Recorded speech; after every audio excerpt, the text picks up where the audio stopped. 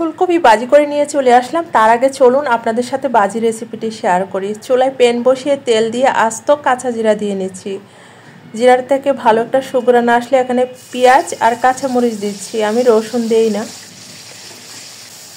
মানে বাটাটা ব্যবহার করব। পেঁয়াজটা ভাজা হলে এখন এখানে লবণ, হলুদ, আদা ও রসুন বাটা দিয়ে দিব।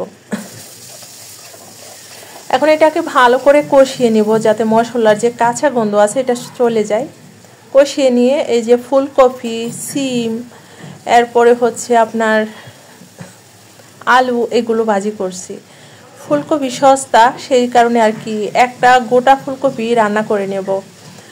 আর রুটি দিয়ে খেতে ভীষণ ভালো লাগে। এইভাবে রান্না করতে পারেন, ভীষণ পছন্দ করবে আপনার বাসার সবাই।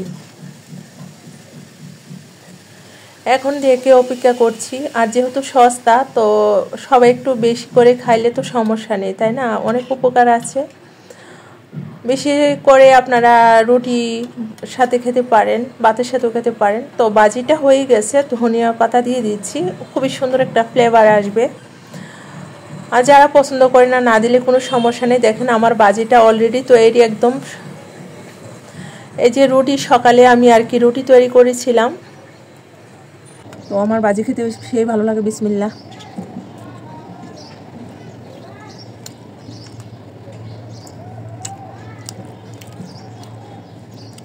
এখন হচ্ছে সকাল 10টা বাজে।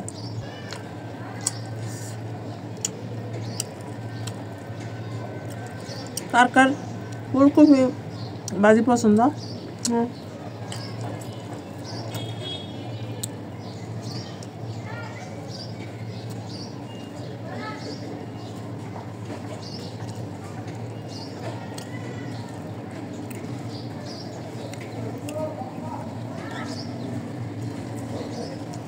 দুইটা রুটি নিয়েছি,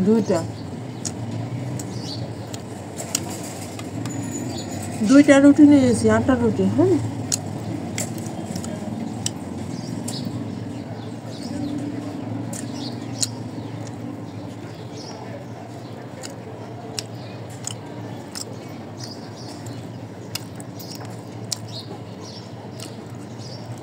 কে কে খাবেন চলে আসেন।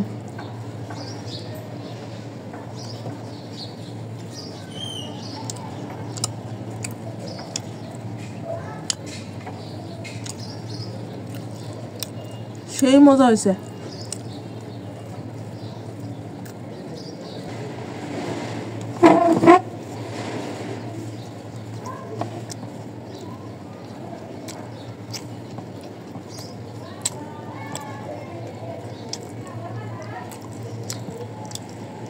অনেকটা রয়ে গেছে।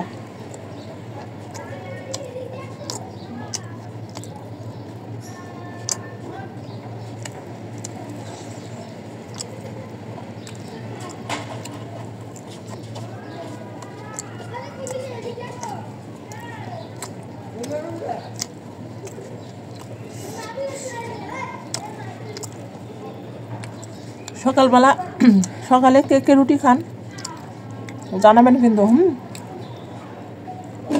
সবাই ভালো থাকবেন, সুস্থ থাকবেন। টাটা।